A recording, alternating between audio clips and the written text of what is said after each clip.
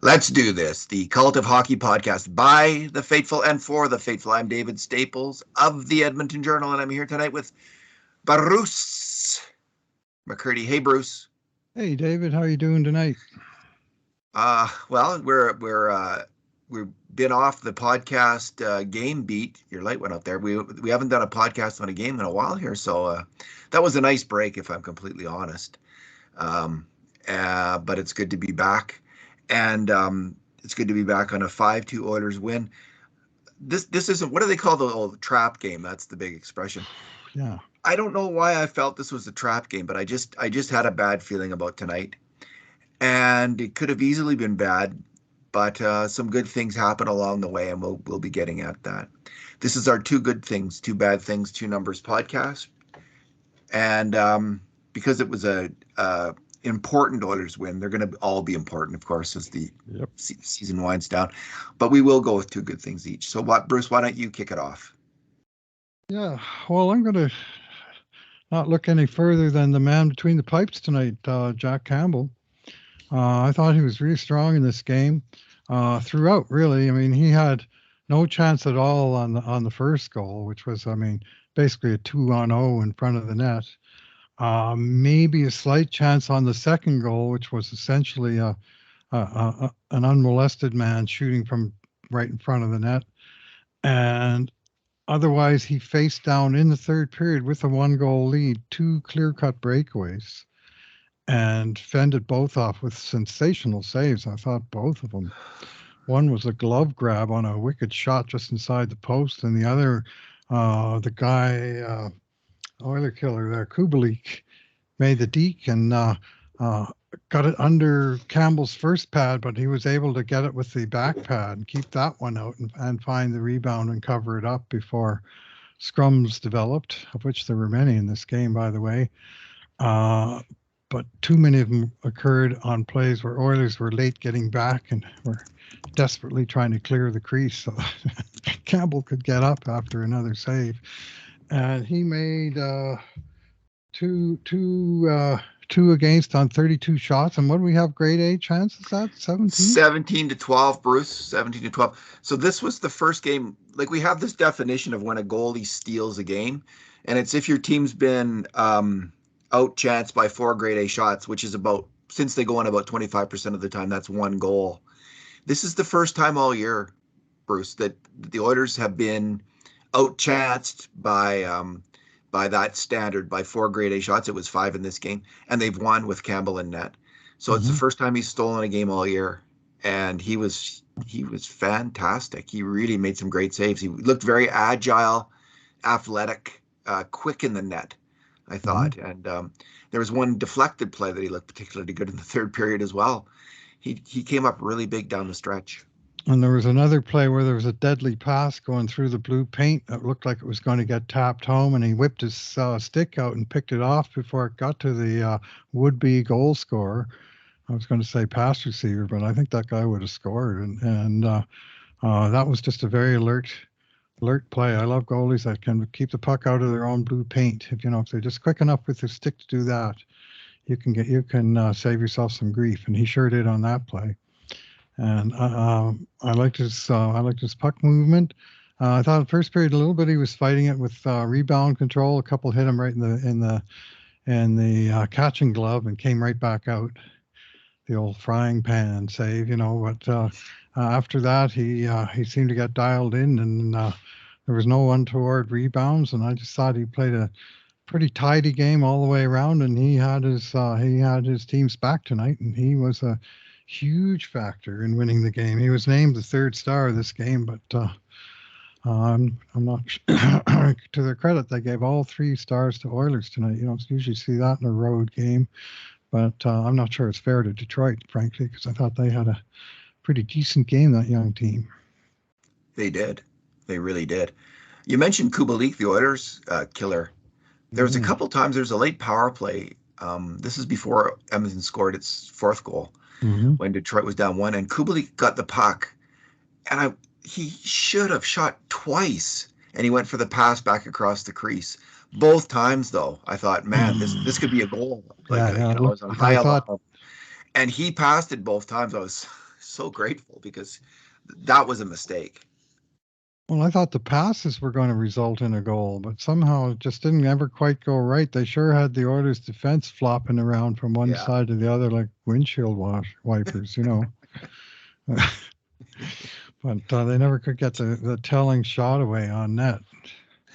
That's what it's like. Like on defense, it's just like this chaos at some point. You're So, just going well, this way and that. You're just see desperate four trying to guys hang all on. scrambling in the same Yeah. direction. It's It's usually just a trouble. nightmare. And Detroit had him going. That was a really impressive performance by the Detroit team. I thought actually Yeah. they've got some talent on that team. It's Mm-hmm. the best the Detroit's team has looked in a long while Mm-hmm. against the Oilers. Bruce, my first good thing will be the Oilers' first goal because the Oilers were, the Red Wings got up 1-0. And you just never know what's going to happen next because if the other team gets up 2-0, yes, the Oilers can come back, but usually not.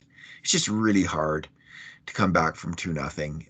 It's early in the second period, and this play was by a couple of my favorite Oilers hockey players. I'm a huge Philip Broberry fan, and he hasn't provided much offense this year. He has no goals. He hasn't been in a lot of grade A shots. He hasn't had many grade A shots himself. I don't know if he's got any. And but he does have offensive game. He can really dangle with the puck, and he can make a pass. And we saw that when he played in Sweden. Like this guy can do a bit on the attack. You just haven't seen it yet in Edmonton. He did lead the Bakersfield power play, for instance, and it was a fairly good power play, I think, when he was on it. Anyway, on this play, he he, um, he gets the puck in the neutral zone, kind of on a counter attack, and charges down the wing. He never looks like he's going too fast because he's a very smooth hockey player, very smooth on his skates. But he's moving, Mm-hmm. and he makes an absolutely gorgeous pass back, kind of a drop pass, cross ice pass to Ryan McLeod, who's coming in late. Evander Kane goes hard to the net, which is cleared up the passing lane somewhat. But very good eyes by Philip Broberry and a very nice pass right on the stick. McLeod then gets the puck and he's coming down the right. He's kind of at the right side, up high in the slot area, and he makes an absolutely fantastic goal scorer's play. He cuts right across the slot and gets the goalie moving side to side. And right at the end, he kind of does a little mohawk, actually, and then fires the puck. And it's that fast movement and then shot and mohawk all in one motion. The goalie just can't keep up to it. Really, Husso can't keep up to it. And McLeod scores a fabulous goal. Maybe in terms of like a goal scorer's goal, the best goal he's scored in the NHL so Beautiful far. shot too, eh? Like he held Really, it and then he changed the shooting angle and then he whizzed it right inside that short side post before Husso could pick up the where the shooting lane was going to be and just zinged it right in there. That was really nice. The the here's a bro player who's. Go ahead. Sorry.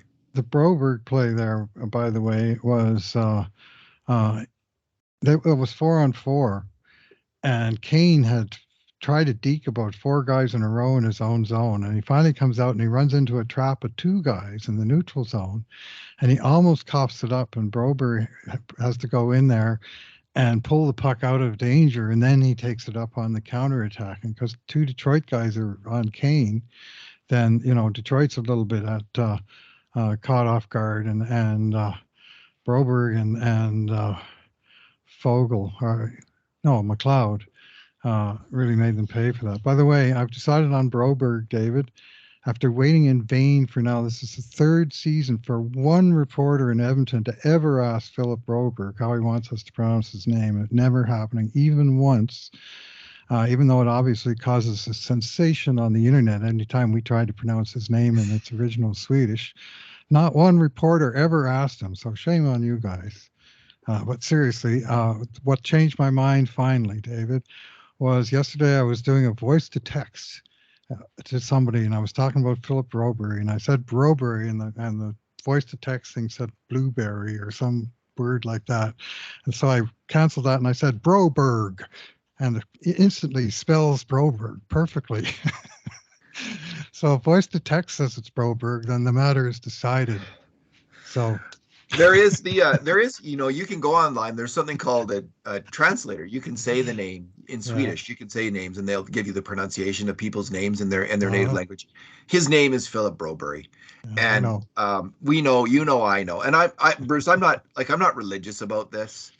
I Mhm. just like I would go with whatever the player like. Well, that's why Elias I want Peterson. reporters to ask. We don't have access to those guys. We just have access to all the people saying his name is Broberg, damn it. And we're saying always. We heard 18 Swedish announcers describe his name as Broberg during the year he was over there in Sweden, and the Oilers weren't playing, and we were watching the game on that scouting service, the Swedish games. Anyway, it's an argument we're never going to win, so I've officially thrown in the towel when even my spell checker wouldn't accept it. So, All right, well maybe I'll go along with your example, Bruce. I wish someone would just ask, yeah, please and do, I don't know why they don't. gents. Yeah. All Two right. que- two questions. How do you say your name in Swedish? How would you like us to pronounce your name here? And if the answer to the second one is Broberg, I will gladly defer because that's what he's asked for. But anyway. Exactly, and that's exactly what happened with Elias Peterson Hmm. in Vancouver, because his name in Sweden is I think it's Pettersson, and he said no, Peterson's fine, and that's what I want to go with. So I've always said Elias Peterson here Hmm. in because I think that's you should just respect someone's how they want their name pronounced, Yeah. especially if it's in line with the pronunciation of their home country. I don't think it's too much to ask. It's not too hard for us to do, and it's not too much for some of these reporters to just say, "Hey, how do we say your name?" Okay, Hmm. enough on that. No. I'll go with Broberg too, Bruce. If that's the for now until he rules himself, I Test will your go. voice to text, David. If it does the same thing as mine, then I don't ever do that voice to text. I don't even know what that is, Bruce. oh, it's very I'm useful. I'm You're stuck a in a typist and a fast one, I guess. But yeah, epoch. all comes. Okay, we've said enough about that goal. What is your second good thing, Bruce? Yeah, I'm going to go with Warren Fogle, who scored 2 goals tonight, including the winner, and could have had easily one or two more goals. Like he was really on it tonight, hustling hard, good on the forecheck, like busting into the zone and taking the defenders right to the wall, and and attempt to, you know, just tie up the player and the puck and give teammates a chance to get in on it too. And just his speed level, I thought was high. His focus was high. They said he'd been playing. He had 2 really good practices in Edmonton because he knows his job's on the line here right now. So I mean, he needs to step it up. Well, tonight he stepped it up. So credit to him. And he scored the first. Uh,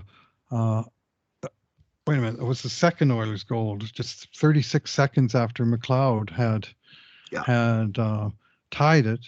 And he came in. This was actually, it was a really good play by Nurse that started it off at the defensive blue line, and that sent away um, Fogel and Nugent Hopkins. And Nuge uh, fed a nice pass over, and he just rifled it right inside the post. And just like that, it was 2-1 Edmonton. And you got to wonder when was the last time that McDavid and Draisaitl went to the bench with the Oilers behind and came back out on the ice with the Oilers ahead. I mean, often that happens kind of the other way around, but this was a nice change to see those guys, and they've been doing it quite a bit lately. But to get 2 right in a row from bottom lines was real nice, and it was something this game badly needed because the top guys weren't getting it done. And so it was. That was a nice goal. And then the third one that they gave to him was an outside shot by Vincent DeHarnay that uh, it sounded to have hit at least 3 things on its way into the net. I kept watching the replay and I kept hearing this tick, tick, tick of the puck hitting possibly Ryan's stick, certainly the Detroit's defenseman's stick. He really got a big chunk of it. And then it might have caught some piece of Fogel, possibly even the seat of his pants, the back of his skate or something. I don't think it was a deflection off his stick, but nonetheless, he was in there in the grimy area with trying to screen the goalie, and the puck bounced off and went in. But then, he had another great chance from the slot on a one-timer. He had another great chance where he set up at the side of the net and couldn't quite bury it. He set up a great chance by Dylan Holloway with a terrific slot pass, and Hmm. he just had a lot of things going on in this game. Unfortunately for him, he got stung with a -1 because he was a victim of a rotten Edmonton line change at the end of a power play. He was the guy who came out late, hustled his ass off to try and get back, and I couldn't quite get back to the goal scorer, and he gets tagged with the -1, and all the power players with the bad line changes got off scot-free on that. So that that's how it happens sometimes. But anyway, he was deserving of his 2 goals tonight, and a huge part of why Edmonton won this game. That's why goals plus minus is a marginal stat. Well, there are marginal instances of it, yes, and I grant that to anyone. There are marginal instances of goals. I mean, the one that hit his seat of pants wasn't exactly a beauty, right? But anyway, My second good thing is just focusing in on that third Oilers goal, which I call the Californian. I always love it when the Oilers score a Californian, Bruce. I just love it, and I hate it when the opposition score one. And we've gone over this many times, but I'll do it again for anyone new to the podcast. The Californian is specifically, I think, if we're going to credit anyone, it's the Oilers would go to California for years and just get beat by this kind of shot. Just throw it at the net and someone hope, tip it in, hope for the best. And it was the masters of the Californian were San Jose's Brent Burns and Joe Pavelski. And the Oilers got burnt many a time by those two players. So it's named in their honor, really. It's a tribute to them. It's not meant as any kind of slight. These are great two great goals. players, great goals, great. Those were deliberate, perfect plays, Yeah, many of them. they were, and they were painful every single time. Yes. This Bruce had to be so painful to Detroit. I mean, it's just 2-1 then, right? The game's within reach. Bam, Philip Broberg puts it over to Harney. Harney throws it at the net. I think it clips off Ryan's stick, and then clips off the bottom of Fogel's pants or something and goes in the net. The Californian takes its toll on the opposition. I love it. And by the way, Bruce, I think there might even be another second assist at it. Like they might give that one to Ryan. Yeah. But I think on the second goal, and I haven't checked this myself, I think it clips off Hyman. It rebounds off Hyman to Nugent Hopkins. But I'll have to have another look at that. Maybe one angle it looked like it, and then another angle it didn't look like it. So. Oh, okay. Well, maybe I'm wrong. Yeah, there was just where it seemed to line up with the change of direction in the puck, but that was the one where Nurse took the guy out right at the blue line. Yeah. Did he ever blow that guy up? Did he ever? Yeah. Nurse had some. He didn't have a great game because he made quite a few defensive mistakes, but he had some big hits. It's going to be my number, David. So we'll get to it. I won't say how many, but and Desharnais was also really nasty out there. I just love that little skirmish with Fabry and Desharnais. I ate that up, Bruce. I was on the edge of my seats. More. Just keep hitting him. Just keep slashing him. All right. Yeah. Time for your bad thing. What is it, Bruce? Yeah, I'm going to go with Connor McDavid's defense in this game, specifically in the first period, but not only in the first period. I think through the game we had him with 7 mistakes on grade A shots. Mistakes. And I think 5 of them were in the first period. And both he and Leon, coming back from the All-Star game, were playing like they were still in the All-Star game, where, checking is optional, skating is kind of optional, flinging the puck around. And I mean, McDavid did eventually make a big play, I think, on the 4-2 goal, but he struggled really at both ends of the ice. He didn't have a lot going on in this game. One fantastic play where he was robbed by Billy Husso. I was sure he'd put it through the 5-hole on a great move, but that was sort of McDavid just sort of came out of the jack in the box where he'd been trapped the whole rest of the game. But he just didn't seem to have very good awareness in the defensive zone, and he lost, to my eye, a ton of battles where it just was, either he didn't engage in the battle, as happened on the first goal of the game by the 3-way passing play where Bertuzzi scored. But McDavid, the guy that started that play, Dylan Larkin, McDavid, he was McDavid's man along the boards, and McDavid just basically skated past him, and then the Yes. sequence of pain came from there. So uh, I will. I got to single it out. Like to me, it really stood out. But I will give those fellows a little bit of an out that uh, they learned some bad things when they were on the All Star team. Could Who's that be. Vegas coach anyway? He must be brutal. You know, Jack Michaels and Louis DeBrusque were giving Connor McDavid and Draisaitl credit, for Hmm. setting the tone by instead of going just flying to Detroit, setting the tone, Yeah, flying back to Edmonton for a practice, to kind of lay yeah. down the law. I Like, heard we're that. I serious. thought, good. Well, what the heck happened? I mean, maybe they shouldn't have put in those extra air miles because that's a lot of air miles, first of all. Hmm. And McDavid, especially, was just out to lunch as a defensive hockey player. What is it? This a minute late and a dollar short or something like that. What's the expression? Day late and a dollar short. A dollar short. He was out on play after play. Seemed like it, yeah. He had maybe his worst defensive game of the season. And 7 errors. I hope it is the worst. yeah, we didn't even tag him on the goal. That is my bad thing. And this is Hmm. the obvious. Bruce and I kind of had to arm wrestle a little bit for this one. This was this the worst goal of the year, Bruce? It's Oh, it's it's got to it's be real it's close. it's in the running because Real it close. extends Awful.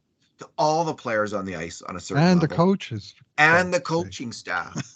So it's at the end of a power play, at the end of the and period. all four forwards at the end of the period, the Oilers are up 3-1. The game is in hand. It's in your back Hmm. pocket. You have a power play with a couple minutes left in the second period. You're just cruising, and they get one grade A shot on the power play. Nuge gets off a good shot, but other than that, it's not much is going on. And Tyson Berry does switch off for Darnell Nurse. Yeah. Detroit breaks the puck out of their end, and the first kind of semi mistake is Leon Draisaitl is a little late, just a little late getting back. Maybe if he had hustled a little harder, nothing develops. But he's just a little bit late. We didn't tag Leon with a major mistake though because he He at does least catch took up. a guy out. Yeah. He does catch up in the end, and Nurse is on his guy covering. But there's three forwards in the offensive end.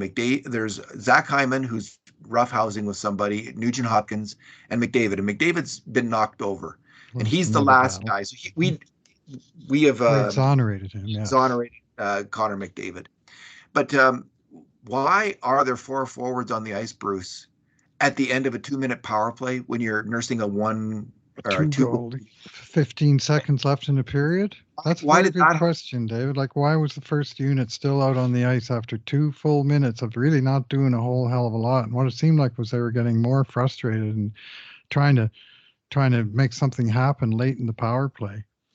And McDavid lost two battles in a row to the same guy. First, he got the puck knocked out of the zone, and then he, rather than dump it in and change, just say, let's get to the buzzer, at this point, try to make another attack. And so that's where the puck got turned over. He did, legitimately get knocked down. But And then Nugent after Hyman. that, Yeah, Hyman uh, especially, I thought. Like, I Hyman don't know what he was especially. doing. Get off the ice. And Nuge, get off the ice too. Both of you, get off the ice. Change up, or don't get off the ice. Hustle back. Yeah, Like, like that's what hustle Dry back. did. That's why we exonerated him. Was at That's least he right. hustled He back. got back, and if someone else had hustled back, like Zach Hyman, it was Zach. It was the guy that Zach Hyman was scuffling with, who got Hmm. off the ice to enable the cheating line change. It was just a slight cheat, though, so I can't say Hmm. too much about it. But the cheating line change, Second we'll call period, it, yeah. that springs the goal scorer. And why didn't Hyman get off the ice just as fast? Why Well, didn't he it? was 5 feet from the bench, David, and he turned and he just took, he kind of got scrummed it up with this guy a little bit on the way off, and he just lost his focus there, and because by the time he got to the bench, that was when Fogel tried to jump on to replace him. But as Yeah, you say, the Detroit guy anticipated the rush, and he jumped out a little ahead of Fogel, and it was it was a good race. But the Detroit guy had the lead Joe from the moment Velino. he jumped on the ice. Joe Velino, that's right, and Fogel couldn't quite catch him. But it was that was a very very poor uh, whole set of circumstances. I mean, the coaches, they got to be all over it, saying, no, we need. I mean, any power play, you want to have two D-men on the ice at the end of it all the time, unless it's like 8-1, or you're losing by one and you're absolutely desperate to score, and you have to take chances. But when you got the game, 2-goal lead, clock winding down, don't do anything foolish. Well, they did about 8 different foolish things in a row. And It the was puck just was in the terrible. net. Oh, It was man. terrible, unprofessional game management. And if the Oilers, if that had Pretty cost the much. Oilers the game, oh, that would be an ugly moment. Mm-hmm. It was an ugly enough moment, but it didn't turn out to be that consequential, but it certainly could have been. And it's not the first time we've seen poor game management in the last No. minute of a period. And I just wonder if how much we're going to see it. It's a little, I think we've probably seen it 2 or 3 times at least, where Mm-hmm. with goals against, and probably more times than that with and we've seen it in overtime. If the shifts get too long as well. So this is an ongoing issue with this team Mm-hmm. Yeah. of a little bit of selfish play and not aware of what's going on the ice. And for veteran players, it's okay, I think, when you're 20 or 19, Yeah. but when you're a veteran player, it's not acceptable. And I think we're laying it on pretty heavy here. I think it's completely acceptable that we do that because that's not right, that kind of play. Right. And then right after it, Kane took a penalty at the horn. And Yeah. here are the Oilers, instead of leading 3-1 at the end of the second, or even 4-1 if the power play actually did its job and scored. It's 3-2, and they're facing a full 2 minutes shorthanded to start the third period. And that penalty by Kane was also terrible. But I don't have enough bad things to. So I'll just say some pretty questionable decisions by key Edmonton players in the last 20 to 30 seconds of the second period. And we'll call that the bad thing. Yeah, like be a So, Stanley Cup team. Don't be that team that does that. Be a Stanley don't get Cup team. sucked into it. Yeah. Yeah. Okay, Bruce, what's your number? Oh, right. That was your bad thing. Yeah, my number is 6. And these are things that Darnell Nurse did good in this game. All of them after the first period, which I thought he, among quite a number of his teammates, had a pretty rough first period. They had a great sort of 3 or 4 minutes at the start, and then, oh boy, it was just a fire drill. And he was part of that fire drill. But in the second and third periods, he made a number of big plays. I don't think any of them showed up on the score sheet. I mean, one showed up on the scoreboard, but he didn't get credit for it. That was the 2-1 goal when he went out and blew up the Detroit guy at the blue line, creating the turnover that ultimately wound up with the Nuge and Fogel 2-on-1, which they converted. And he didn't just merely check the guy; like he went right through him. He crunched him and he blowed him up good. And that was a key play. He made another big hit, and this was in the defensive zone after his temporary partner, Evan Bouchard, had coughed the puck up. And it went to a Detroit guy in the slot, and Nurse came hustling over and just mashed the guy before he could even get a shot away. It didn't show up in our scoring chance document because there was no shot. Nurse just That was erased the Rasmussen. guy. Yeah, Rasmussen. He had a tough game, Rasmussen. He got bullied 2 or 3 times in this game. So there was that. There was the time that Nurse cleared the crease in front of his own net in the third period when he took down that Tyler Bertuzzi Oh yeah, that was character, good. nephew of Todd, and not a player that's on my favorites list. Let's put it that way. So I have to admit I cheered pretty good for that one. I suppose I could have called it, but as Jack said, that's just clearing the crease, which is exactly what I said it was. And Louis said, I've seen them call less. And I'm going, yeah, you have, and they have. But, and then the other 3 plays were all passes by Nurse, 2 great stretch passes that led to excellent chances by Oilers. I think one of them wasn't even on net. So again, we didn't credit it. And one led to the Fogel to Holloway pass. I think that was the one. Mm-hmm. And it was Nurse just ripping a beautiful pass right up the middle of the ice and hit from, his own blue liner inside it and hitting his teammate at the far blue line and springing him. And then the sixth and last was also a great pass from the left point to Fogel at the edge of the right crease that Fogel just barely whiffed on and was just hit it off the side of the net rather than in the net. But I thought three superb passes by this defenseman who supposedly can't make a pass if you listen to the internet, and three sort of taking command physically of the game moments. And I would argue we probably haven't seen enough of that, and I welcome it. I thought those are very big plays by him, and he's not going to get a great grade because he didn't have a great game, but he sure had some great moments within this game. It's an interesting team, Detroit. I'm just looking at them like they're, Tyler Bertuzzi had a pretty good year previously, not so much this year. It's interesting because in their rebuild, it's really around a couple of players, Lucas Raymond and Moritz Seider, who are both fantastic players. They missed on the Zadina draft pick, and we'll see. They drafted a defenseman called Simon Edvinson, 6th overall 2 years ago. So they're a lot's counting on that. They're very happy with him. I wonder if they have. I just wonder, because people are expecting the Steve Yzerman team to do what he did in Tampa, but I just wonder if they're in the end going to have the horsepower. They do have a lot of really good young players, but we'll see. We'll see how it turns out. Edvinson's in Grand Rapids this year as a 19-year or 20-year-old. So, Bruce, my number is 78%. That's Ryan McLeod's face-off percentage this game. 7 wins and 2 losses, and I just think that number is indicative of his play in the game. I thought it was in some ways his most physical game. He just seemed to be engaged physically, making hits, playing puck protecting, making defensive plays, strong defensive plays. I'm really impressed with Ryan McLeod as an even strength hockey player. I think he's capable of being their third line center in the playoffs. I'm not against them picking up another guy, because McLeod can do that, or he could play the wing.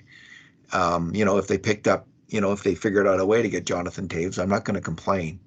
It's not like McLeod will be out of the lineup, but he's becoming a very good two-way hockey player. And he's got, is it 9 goals now? Starting to put the puck in the net. He's making plays. He's making nice passes. He's getting his confidence at the NHL level. He's a better player than I thought he was going to be. We also watched him very closely in the Swiss League during the lockout, or the COVID year. Is that what it was? The COVID year, not a lockout year. And he was, he seemed like super fast and somewhat skilled, but you see that kind of player all the time who doesn't really get involved, in the guts of the game and become fierce enough, essentially, to play in the NHL. But we're starting to see that with him. He's raised his level of intensity, and he plays a solid game. I like Ryan McLeod a lot. Yeah, he's played well of late. I mean, he's got 6 goals in his last 10 games now, and most of that damage he's been doing, not playing on a stacked line with 1 or 2 superstars setting him up. This was not that he didn't have a nice setup tonight, but he's playing, sort of down the lineup, and he's still finding a way to produce offense. I mean, 6 goals in 10 games. I mean, that's pretty much a 50-goal pace if you can keep it up over a whole year. So obviously it's a hot streak, because I think before that it was 18 without or something like that. But he's turned it around with a bullet and scored some big goals along the way. Like some of those goals have come in key times, like tonight's. Like tonight, Edmonton was not even threatening until that goal, really. Yeah. Jack and Louie were talking about the competition at the forward lines, which I think actually really is real and pushes players to achieve.